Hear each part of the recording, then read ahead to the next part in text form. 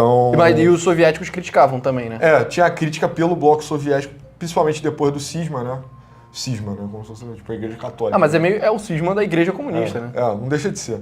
Mas, eles criticavam um modelo de gestão do Mao Tse Tung por ser excessivamente flexível, né? Ele era muito descontrolado, né? Exato. O leninismo, ele acreditava numa coisa hipercentralizada, né? Exato. Então, como o Mao acreditava na perpetuidade da guerra de classe, né? Ou seja, é um expurgo eterno, né? De Revolução valores... eterna, Exato. né? Tipo, os valores burgueses vão estar constantemente sendo extirpados da sociedade. Não, isso é muito bizarro. Se você pensar o que você aprendeu sobre a Revolução Francesa no colégio, você deve ter aprendido que a Revolução Francesa foi um banho de sangue, que matou muita gente em muito pouco tempo. Agora, a ideia do Mao Tse Tung era literalmente pegar isso e fazer isso o tempo inteiro. Exato. É aquela parada das etapas da Revolução. A gente sempre fala. A primeira etapa é como a gente está solidificando o poder novamente. Ou seja, essa é a parte especialmente violenta, é a parte do terror revolucionário. Então, o Mao queria essa parte para sempre. Sim. Então, é um negócio extremamente satânico, assim, sabe? Mal, né? Exato. Mal. É isso. E como influencia a sociedade chinesa hoje? Cara, o Mao ainda é um ídolo, né? Tipo, Exato. ele ainda é o grande pai da China, assim, porque ele é o cara que, enfim, né, de certa forma tirou lá a China do século de humilhação. Exato. Para você entender a história chinesa toda ela se perpetua em uma história cíclica, que tem tempos áureos da China unificada e forte, projetando a hegemonia cultural dela na Ásia, e tempos fracos que a China está repartida e está brigando internamente ou brigando com forças externas, né? Sim. A história da China inteira é assim, pelo menos é a forma que eles enxergam a própria história.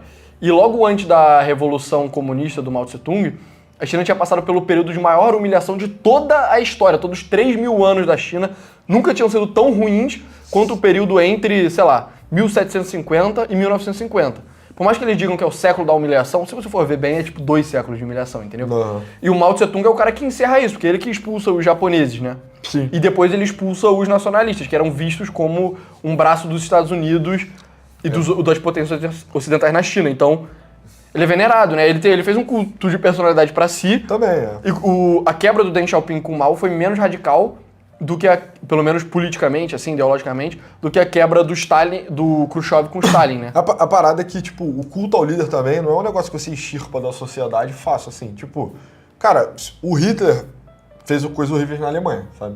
E ele foi amado pelo povo alemão por anos. Só que, cara, o que aconteceu depois? Primeiro, teve uma alteração, tipo, os Estados Unidos olhou de perto, monitorou de perto o sistema educacional alemão depois da guerra. Sim. Então, hoje em dia os alemães, eles têm vergonha de hastear a própria bandeira, entendeu? Se não for por circunstância de futebol.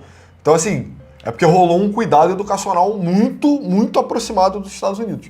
E a outra é que também houve a denúncia geral, total, assim, dos crimes cometidos pela Alemanha nazista, entendeu? E, cara, ele se tornou, se construiu um tabu em cima disso. Exato. Porque não é como se o Hitler tivesse oprimido violentamente o seu próprio povo, pelo menos na sua ascensão ao poder, sabe? Ele era extremamente popular.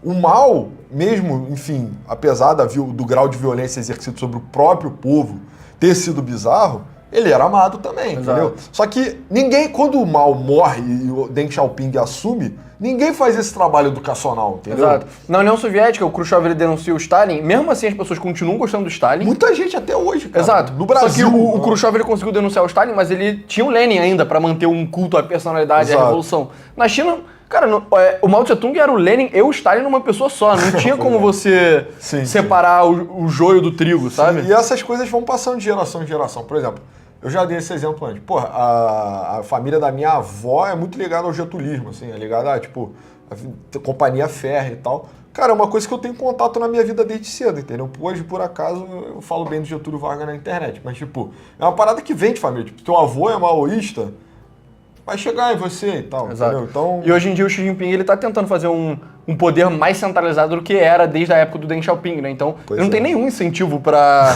atacar o Mao Tse Tung. Sim, pois é. então, cara, é isso. Tipo, os chineses pararem de gostar do Mao Tse Tung vai ser um esforço pedagógico, assim, infinito, sabe? Gostou desse corte? Quer mais conteúdo como esse? Então você vai gostar muito do nosso site, onde nós compartilhamos conteúdos exclusivos, gratuitos, e os pagos também, caso você goste muito. Então entra lá que não tem nenhuma barreira, não tem nenhuma propaganda, não tem nenhuma taxa do YouTube que você vai gostar muito do conteúdo. Nos vemos lá. Valeu! Valeu!